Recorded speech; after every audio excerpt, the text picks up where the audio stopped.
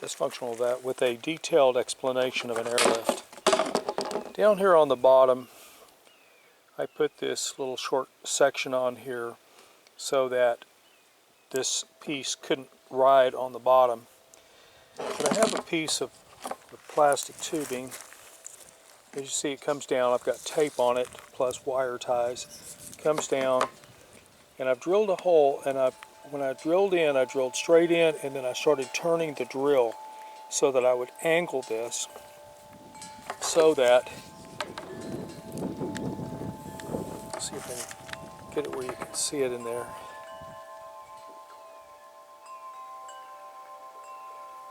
I don't know if you can see it, but the tube, this plastic tube right here comes to within about 2 or 3 inches right up here. So I know that I have a whole lot of water inside here. So as the water's coming in under pressure, the air being put in causes the density to change because of the air, and so the weight here forces the water out. Water down here is more dense, water up here is lighter, so the water comes in and goes out. Now this is an efficient way of moving, but you need a tremendous amount of air running all the time. So what are the other fixes for that? I have this piece with the footer, half-inch footer, going up inside here, and then I have the plunger, which I cut off and I attach this dowel into, and I'll show you that in just a moment. And then I have this piece right here that I machined down so that it's a nice fit. So it's a nice fit right here. And this will act as part of the sucker rod system. And I'm going to put 2 elbows in here with 1/4 inch tubing coming down, and I'll be feeding air into this. So that will help to lift the water out by reducing the density, making it easier to pump quickly. Now if this was just going to be a standard everyday rod pump, I would not be putting this airlift in there, but it is. So the next thing to do is to pull this piece off right here and glue those pieces on. Those pieces are going to be opposite each other, and they'll be cut down just a little bit. Once I have them glued onto here, then I'm going to use resin, fiberglass. As soon as I have these glued down, I'll be putting fiberglass resin onto this and gluing these things down real good and wrapping them so that there's no chance of these things pulling apart once they start to go down whole. We'll show you that process now. This is the machined part that I told you about. This is my plunger. This right here is 7 1/4 inches. It's not that it matters, I'm just telling you what my sizes are in case somebody is interested. This is to drill a pilot hole.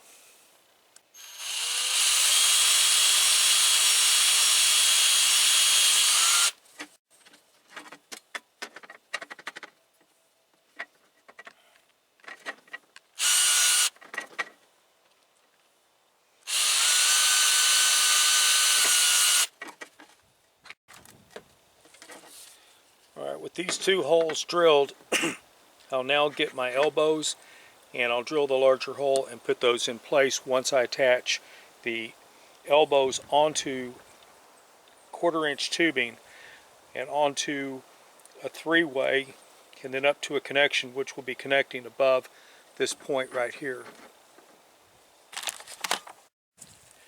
Using the drill, I wallowed out the hole for this to where this is now a friction fit, like so. I'll be placing a T here. The line will come around and it'll go down into here. And then once that is done, then I will hook onto this and I'll come up above this for the connection to this airline. I don't want it in this same section, I want it a little bit higher. All of this will then be fiberglass down with a wrap, and it'll have plenty of room to fit down inside the tube. And then my quick connect will be up here, and then I'll add my 100 feet of line to that.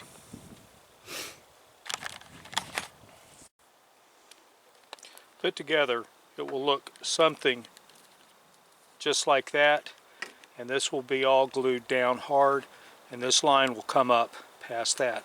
So we're now going to attach this line onto this, and we'll come back and we'll tack this into place using a cable tie while we epoxy all of this. Then we'll cut the wire tie out of the way and we'll finish epoxying it down. It's using, the epoxy that I'm using is fiberglass laminate. So let's get this on, and once we have this on, then we'll be ready to glue everything into place. You can see that I've put this piece in here and this piece into here. Now when I come back and I'm going to put the fiberglass resin into this, I'm going to glue this down real good, and I will be holding this in place with something and resin this into place.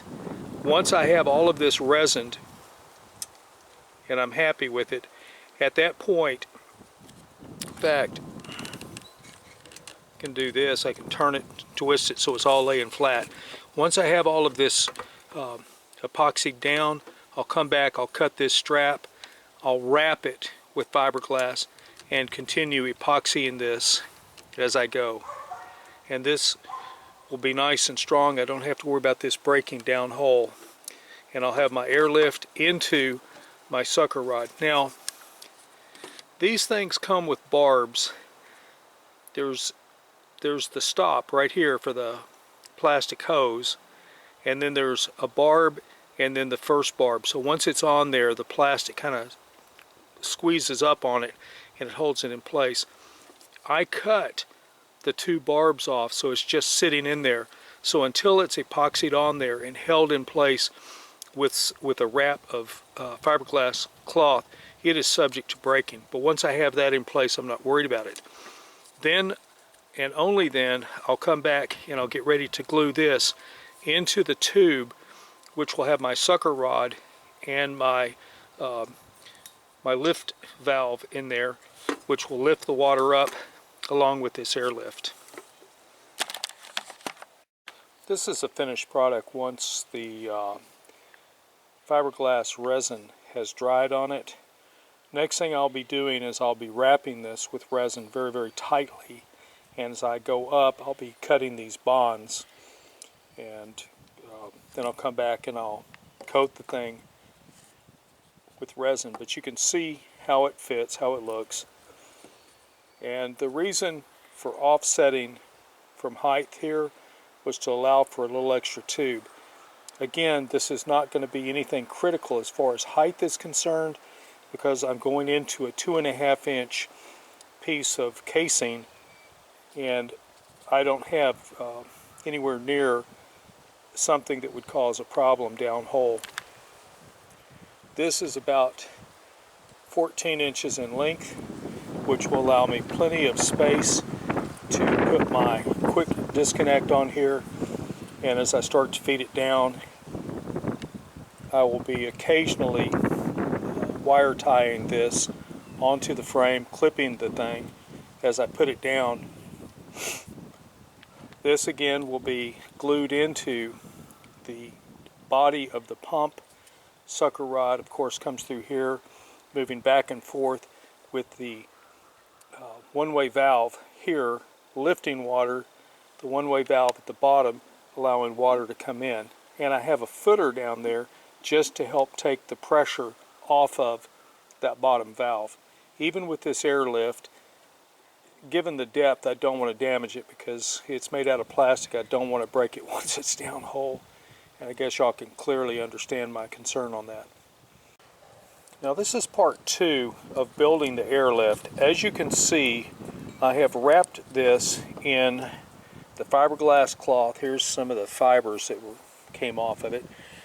I've wrapped it up, and although the job of gluing it all down is not super professional, I'm not worried about that. But as you can see, my air in is permanently bonded by wrapping it with fiberglass cloth. You know, I actually went to speech therapy when I was very young so that I could speak, and now we know it's because I'm dumb and stupid. Okay, anyway, we have this covered with the cloth, and then the resin has been infused into this, which will hold this in place. Now I've got to clip these off, so let me clip those off and then we'll come back and we'll talk about some more of this. Okay, so the question is, how will this fit down my 2.5-inch casing? As you can see, this is a 2-inch fitting down inside there, and it does okay. As it comes down, this 1.25 fitting is tight, but it does okay. Or actually, this is a 1-inch fitting. It does okay. So I'm not going to have a problem getting this down inside the casing. Now, this piece of casing I cut off. I bought stainless steel pop rivets, and they rusted. They were not stainless. I'm not happy about that. But taking them back and getting my money back is going to be very, very difficult, because I bought these things eons ago when I cased a well for a guy who wanted to pump water up without pulling up gravel. And I actually need to do a video on pumping methods to explain a few things on pumps for those of you that don't know. Anybody who's in the well business or anybody who's had experience with pumps and stuff is going to know anything I'm going to tell them. What I would offer is of no value to them, but for the new person it would be. So the next thing to do is to take this piece right here, put my sump pump in there, the one-way valve that allows the lift here,